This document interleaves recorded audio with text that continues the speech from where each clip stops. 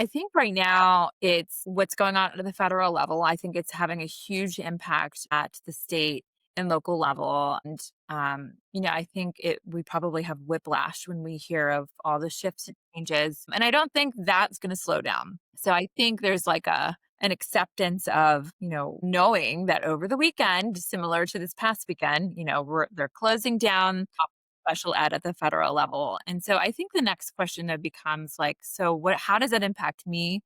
And what can I do to ensure that my students still have the services that are entitled to them from the federal government, right? And those policies don't change. Welcome back to the Go Slow to Go Fast podcast, your weekly space to breathe, reflect, and grow as a leader, parent, a coworker, and a human. Today, I'm thrilled to be joined by Dr. Delia Racines, a powerhouse in education and a passionate advocate for equipping teachers and leaders with the tools that they need to create lasting impact. With a career that spans the classroom to higher education at USC, Dr. Delia has served as a teacher, instructional coach, principal, and administrator, bringing a unique depth of experience to every conversation. She's the author of Trust as the Core of Instructional Leadership, and her work centers on building high-trust school cultures,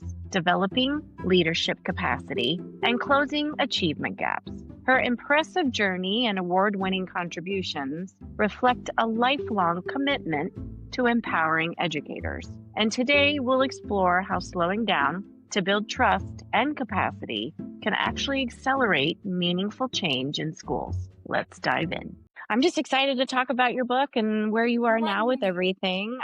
So I'd say it's probably really busy right now in terms of I'm working on updates to the second edition for Trust and just really looking at what that might look like. I just left a really great conversation with Lexia, invited me to a roundtable for the science of reading and all things trust in Carlsbad in San Diego area, which was really great to meet some of those instructional leaders there and talk about what their implementation of science of reading looks like alongside the conversation of trust. And I think really like when I go around and when we introduce both of those topics together, people are like, I don't see it. Like, what is the connection there?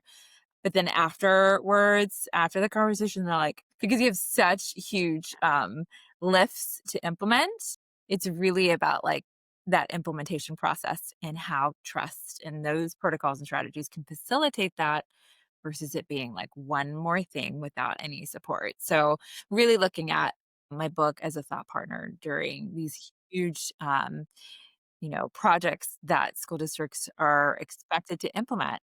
And you kind of feel alone sometimes. So it's always a really interesting conversation, I think, when I go out and talk to folks and how they interpret the book. So, Yes. yeah. Oh, Yeah. okay. That's been like, I guess my most recent work for right now with all things trust. I love that you're coming out with a second edition. So that means there's more to that conversation. Yeah, there's definitely a lot more to this conversation. And I've been looking at like ways for that to happen, whether it's in the format of a book or something different. And really what I think just my readers are asking for. Uh, so taking a look at really like what that entails. And for me, it's really been about the conversation around resilience because it's not that trust isn't at the core.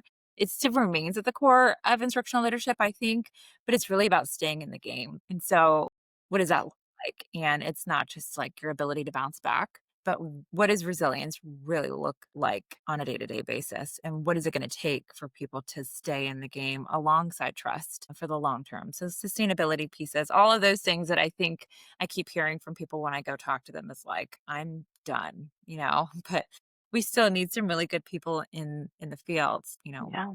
what does that look like? We And how do. And I was just in one of my Facebook groups listening to leaders talk about how they feel like they're done. Yeah. So this conversation is definitely timely. And I think it's now more than ever, we need good leaders in education and we need leaders to stay. And here Yeah. I am talking as a leader who's still talking about leadership, but I'm not in a school right now and it's okay because there's more work to be done in other places. And same with you. We were both school leaders and we're doing work in other ways. So Yeah, Yeah. Yeah. I think it also looks at like aspiring leaders, right? So I think we're also looking at like the next generation and how do we help them? What does that look like for this next generation too, that I know we could both support given all that we've experienced in schools. And I think a lot of it is often unspoken too, to help them, aspiring and really current. So I think there's still a lot of support that is needed. All I agree. I Yeah. agree.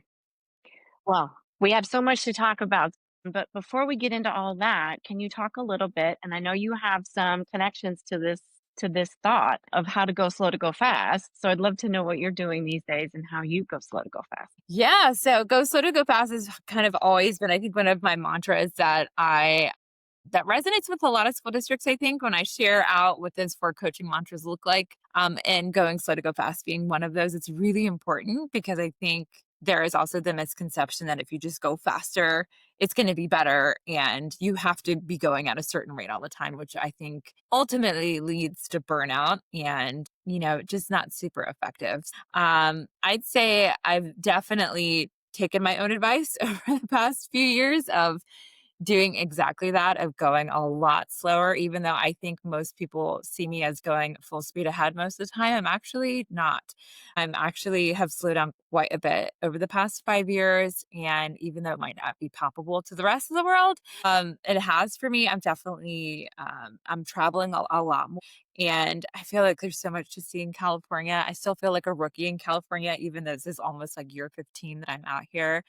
Uh, Traveling a lot more, spending a lot more time with friends, making the time. I always say either, make the time or make an excuse. So I'm trying to live up to that to make more time for the things that are really important to me and the people that I have connected with over the like most of my career, both my personal and professional career. And I think, we're all at same stages of our career now, where we can lend ourselves to supporting the next generation. So looking to do that and definitely yeah, working out more has definitely been put on my calendar a lot more, and just kind of enjoying that more me time and taking better care of myself.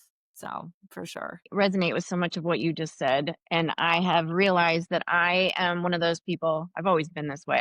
Going slow to go fast is definitely something that I've done personally as well as professionally in the last probably 5 years more so. And I love that you're taking time for yourself and enjoying that time to go traveling in the places that we live, but we don't spend enough time just getting out there. So I love that. Yeah, Yeah. that's definitely been a lot of fun, and there's just so much to see in California. I feel like I could spend months traveling up and down California and still not see it all. Yeah, definitely super Yeah. fun.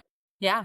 So you've had an amazing career since we've connected personally and professionally, I don't know, what, 15 years ago?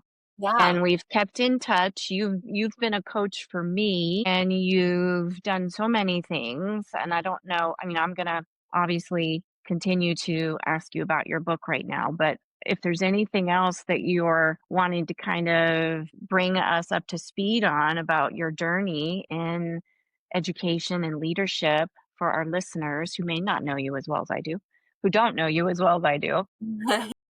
But one thing that I don't know if you're even gonna mention, but I think we should, is that you were on a game show with this time Oh, the last year. fun stuff. Yes, so Vanna and Pat, are they're pals. Yeah, I that was a total dare. My better half was just like, I watch it religiously. I watch Wheel of Fortune religiously, and he was like, you should just, apply. You should just try out." I was like, "This is so dumb, but okay, I'll do it."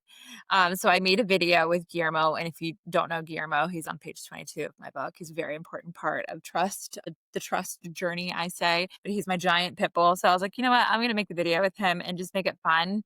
And I'm not going to get in. So who cares? This will just be fun. So I turn it in. I just talk about, I did actually learn a lot of English watching Wheel of Fortune as a kid. And so I share that in the video. I really have always watched it. And I turned it in and then I got a call the next day and I was like, "Oh no."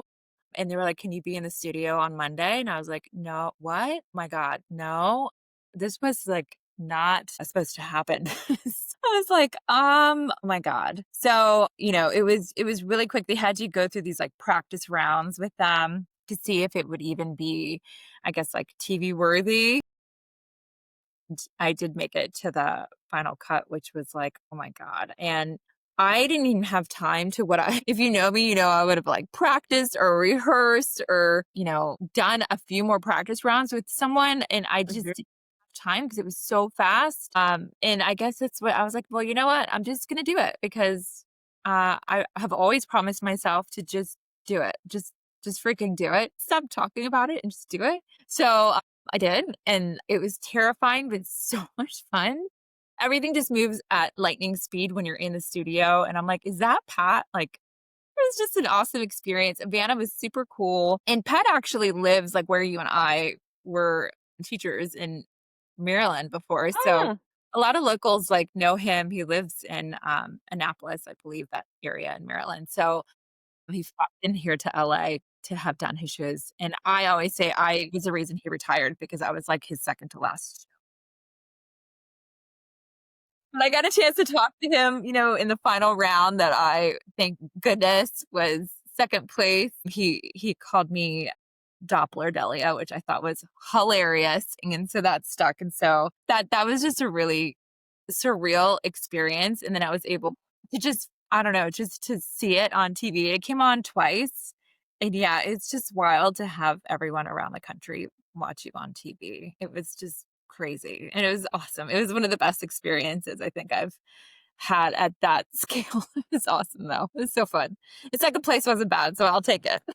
yeah. Do you Yeah. have any plans to sign up for another game show anytime soon? Oh, yeah. Yes, I've signed up for, some others, so I'll be, letting you know if I make it through any of those rounds. There's, like, a deal where you can't go on any shows for, like, a year after you go on one, but I'm right here next to Studio City, so I try to go to as many things as possible. I go to the Jimmy Kimmel Show all the time. There's tons of shows that we go to all the time because I'm like, "I live here, so I'm going." So I just do it. Super fun, super fun. So yeah, Pat and Vanna were pals, so it was great. It's awesome. I love that. Good for you. Yeah, Well, I mean, like you said, you probably would have been doing some type of preparation had you had any more time to prepare. yeah. So good for you for just jumping in and enjoying the ride. Oh my god. Yeah, definitely. I was like, "Oh my god, I should have studied. I should have practiced, but no, whatever. Just go. Just go." So it was fun. It was super, super fun, and I'm so glad that it turned out the way that it did. It was awesome. Yeah.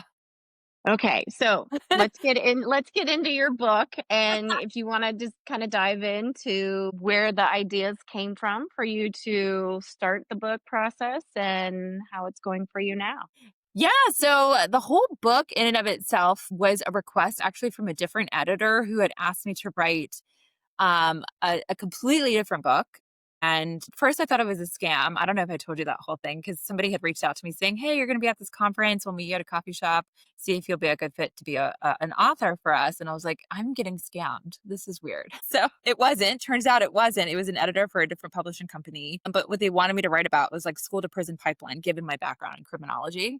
And I just knew like, that I don't think that I want to come out of the pocket for that. And I really thought like, it sounds so morbid now, but I'm like, when I'm not on the planet anymore, like, what do I want people to remember me by? Like, what does my legacy look like? I try to tell leaders now, like, live the legacy you want to leave behind, right? So, what is that? And I knew it wasn't prison to pipeline, like that. No, that was not it, even though that was a lot of my work. But, I had just finished being a coach in Orange County. And I always share that, like, it was really moving to a different state and losing your whole network on a day to day basis is really hard. I think we came from really strong districts. And what I had to do was really like trust myself and trust the research and implement what I knew worked that was research based. And it feels super like you imposter syndrome, you're all alone. You're like, "Oh, is this even working?" But I was asked to implement my coaching model at a high school that wanted to flip their department chairs to coaches. And so I was like, I can do that.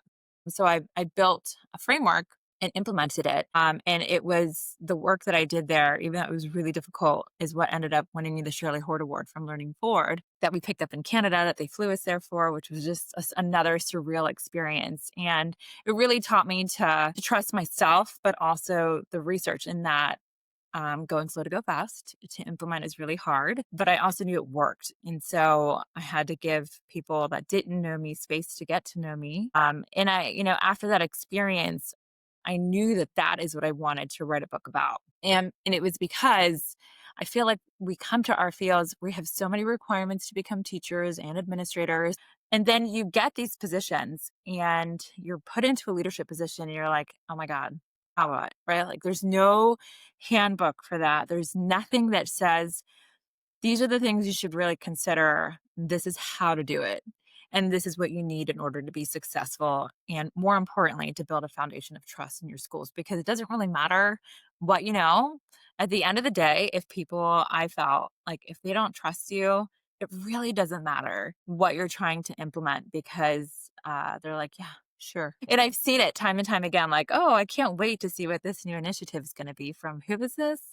Who are you and why do you care? Because you always feel like it's a rotating door, right? So I wanted to make sure that I feel like I was really blessed to have so many great mentors and leaders in my life and what all those lessons look like that worked in Orange County that really needed to be put somewhere in a book so that someone else can duplicate it and ensure that they felt like they had a thought partner like with them when you're in your office and you're giving, you have those moments where you're like, is this even right? Like, what should I be doing? What should I be asking?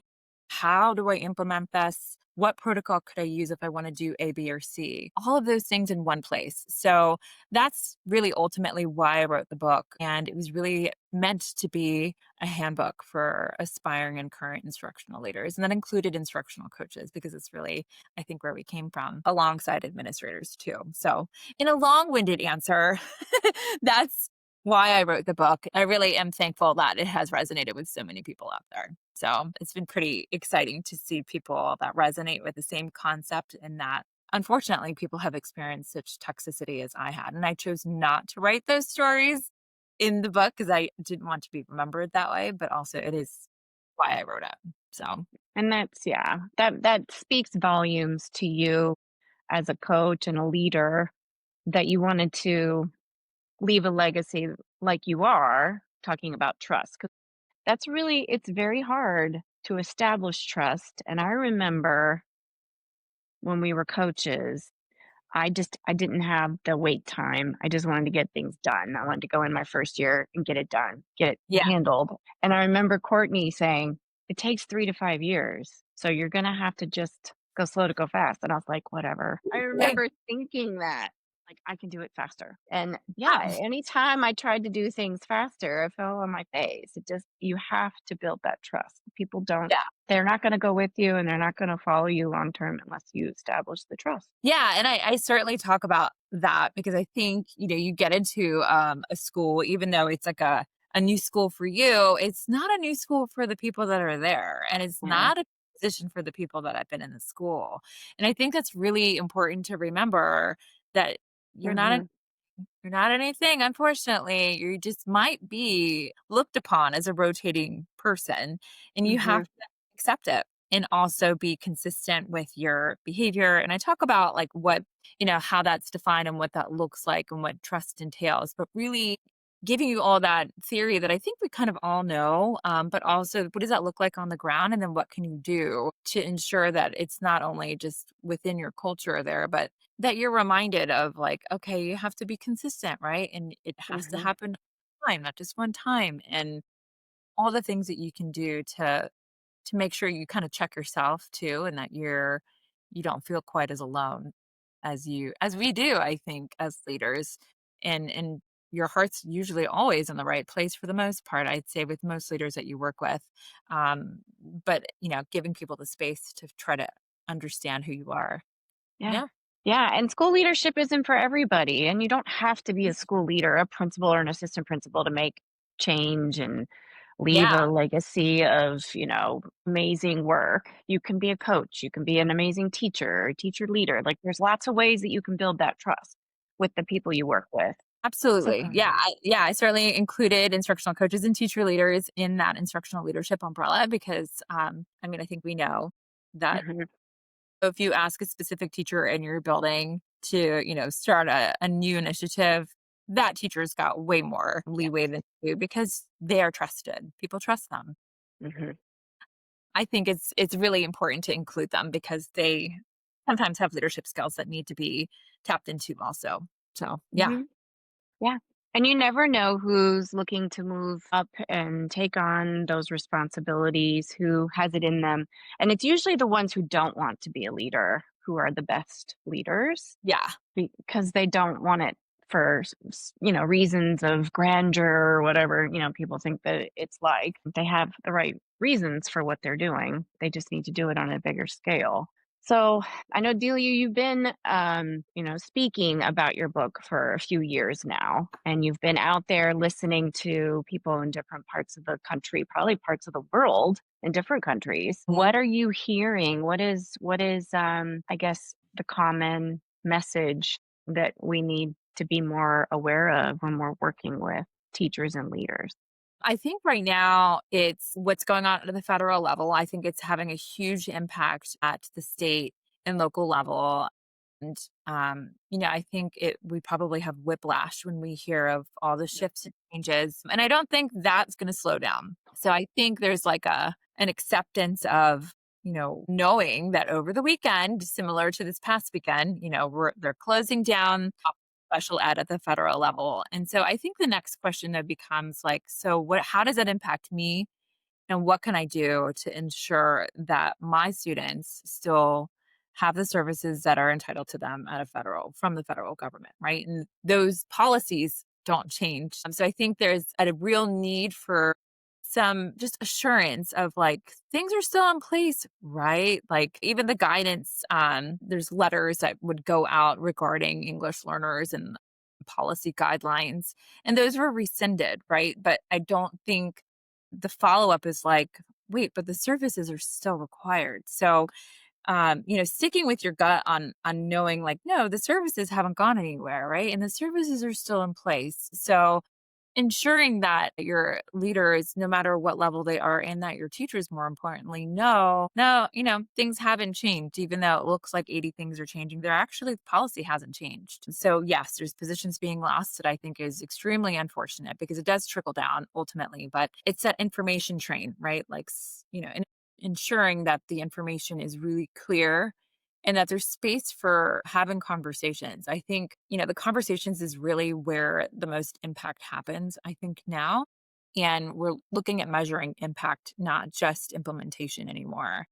I think we've all probably experienced like what's new this year, right? And shifting that more towards, how are we going to measure the impact of these changes and what is it going to look like for our students and how is what I'm doing shifting, not just measurable and student outcomes. Right. So it's practice. And how are we doing things differently then? So it's been a lot of those conversations that I think have been really helpful. And also, my actual day job, I work at USC, so fight on. And I run a reading and literacy program and a school business management program. And so it's CBOs of there's one CBO, chief business officer in every school, and really understanding that it's a moral budget. So understanding what the impact of these federal monies are at the school site level, which actually is not a whole lot.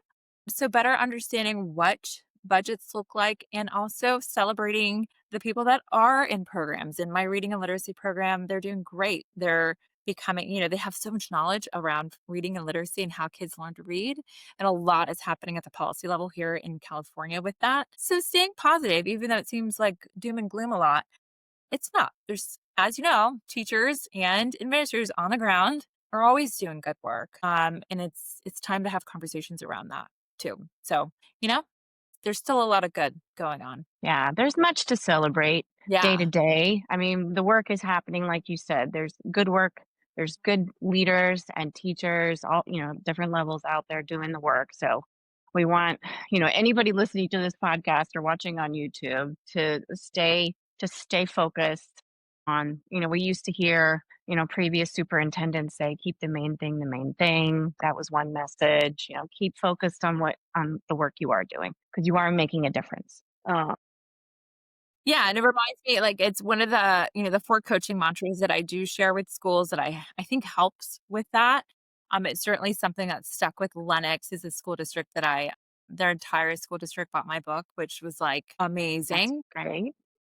Yeah, it was amazing to me that from top to bottom, everybody my book, and it came from the teachers. It was like a total whim of a presentation. I came along doing another presentation for Alexia, and it was just I was a closer, and I was just going to kind of share my experience with trust. Mhm. And it turned out that I got a standing ovation. I Mhm. seriously like pulled over and cried on the way home. I was like, oh my god, like it resonated so well with the teachers, and they're the ones that asked their district team to get the book.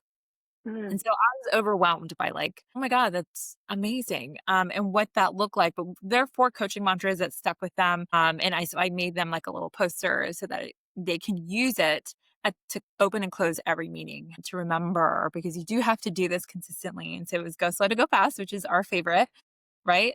Assuming positive intentions, which is hard, but I think if you practice it every day, you give everyone a fair shot. And I always say, like, I want a fair shot every day. So you also have to make sure other people have a fair shot too and not make assumptions when we go into meetings specifically. Employ effective listening.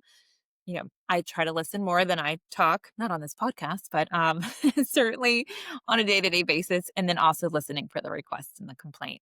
Um, I think it becomes fun if you listen for what people really are asking for. That comes off as a complaint that most of the time isn't. They're just looking for help. So, finding ways that we can support one another. And I think that's really where we're at with everything going on is per usual, the teaching community as educators, we are usually the ones who support each other. So sticking with that. Yes. And, most recently, I've been in a school space. Now I'm doing something different. And so folks Mhm. might be listening, teachers, administrators, and thinking, well, what do you know? You're not in the work right now. But, I think we can put ourselves back there like it was yesterday. And you're out there speaking to teachers and leaders now, and you're still seeing that and feeling the energy in the room. So trust is going to be an evergreen theme. We need to continue building trust. It doesn't, like you said, it's not going to, happen in the first year. It's probably not going to happen in the second year. You've got to continue being consistent and building that trust. Yeah, and I also think it's fair to, I think we also make like assumptions about ourselves, right? Like you said that because you're not in a space right now, you also just cannot discredit that you have over 20 years of experience serving as a public servant in public schools and been in multiple positions, and we've lived it. So the experiences that I hear now, they're not new to me. And unfortunately, that toxicity that's experienced, that we've all been there, and we know exactly how it feels. And so I think our experiences can continue to support aspiring and current leaders right now, given the weight of everything on their shoulders as well. And it lends itself to, like, you can do a lot with your career, both in and out of the public sector, because there's a lot of need. There's still a lot of need no matter where you go.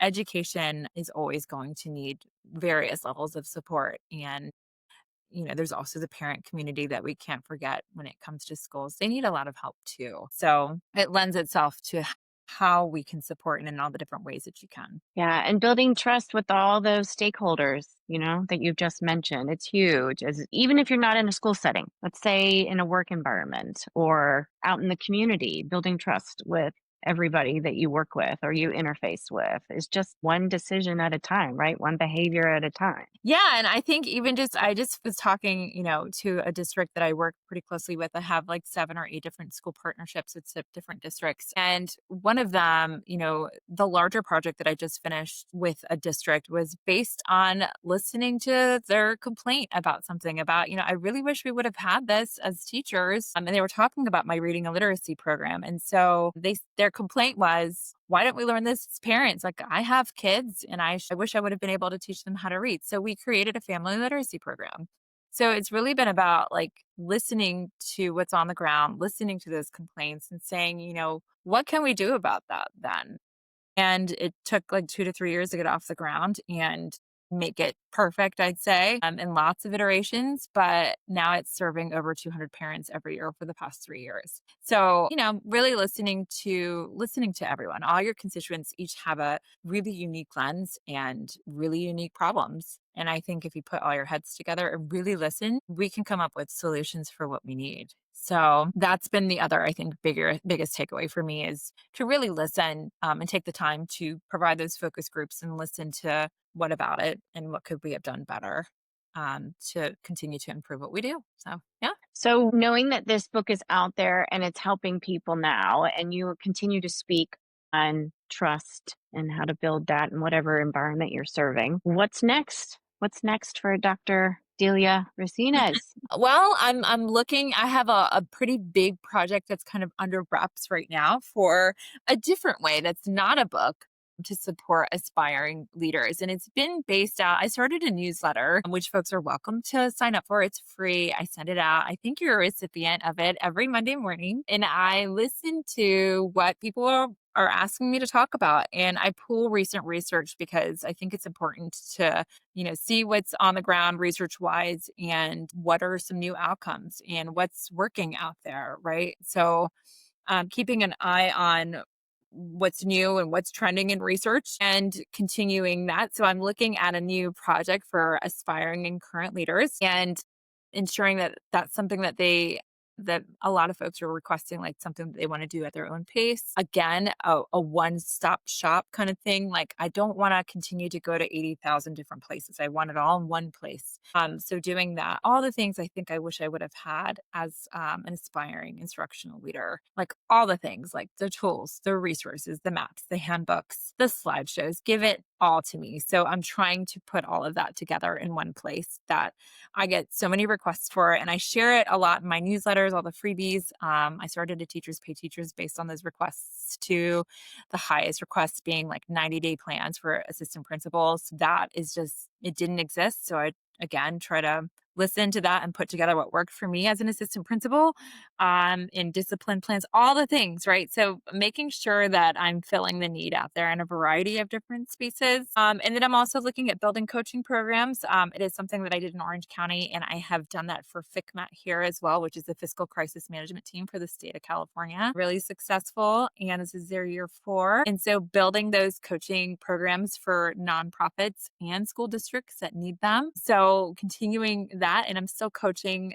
instructional leaders. I know you're one of my coachees, and I take a lot of, I'm super prideful when I see you like accomplish your goals. And so I'm super happy for you too, because that's so rewarding to see all my friends succeed at what their passion is and what they want to do.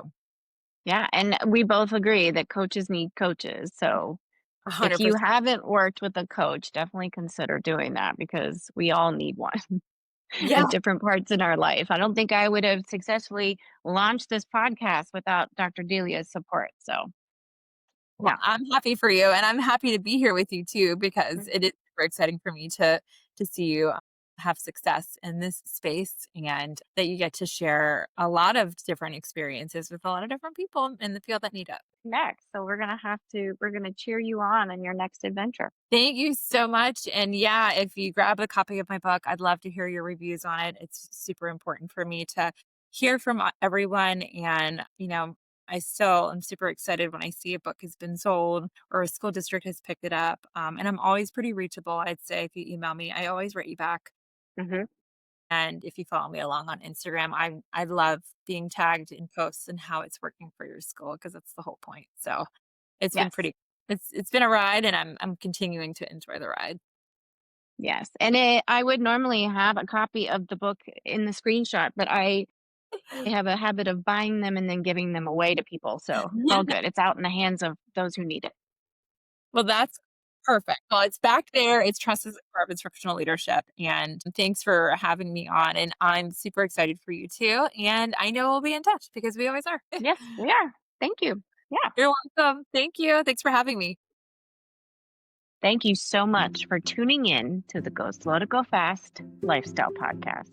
I hope today's conversation with Dr. Delia Racines inspired you to pause, reflect, and lead with intention. Real growth isn't about rushing to the finish line. It's about slowing down, building trust, and creating space for meaningful change. This episode is especially close to my heart. Dr. Delia isn't just a brilliant educator and leader, she's also a dear friend and colleague who personally coached me through the planning and launching of this very podcast. I'm forever grateful for her support, guidance, and belief in this vision. If this conversation resonated with you, be sure to follow, share, and leave a review. For more inspiration, stories, and strategies to bring a little more calm and purpose into your life, I hope that you consider heading over to my website, www.coachingwithkendrachapman.com, or connecting with me on Instagram at coachingwithkendrachapman. Until next time, give yourself permission to breathe, reset, and move forward with clarity. And remember, the light in me honors the light in you. And as you head into the rest of your week, let your light shine through. Go slow to go fast, and thanks for listening.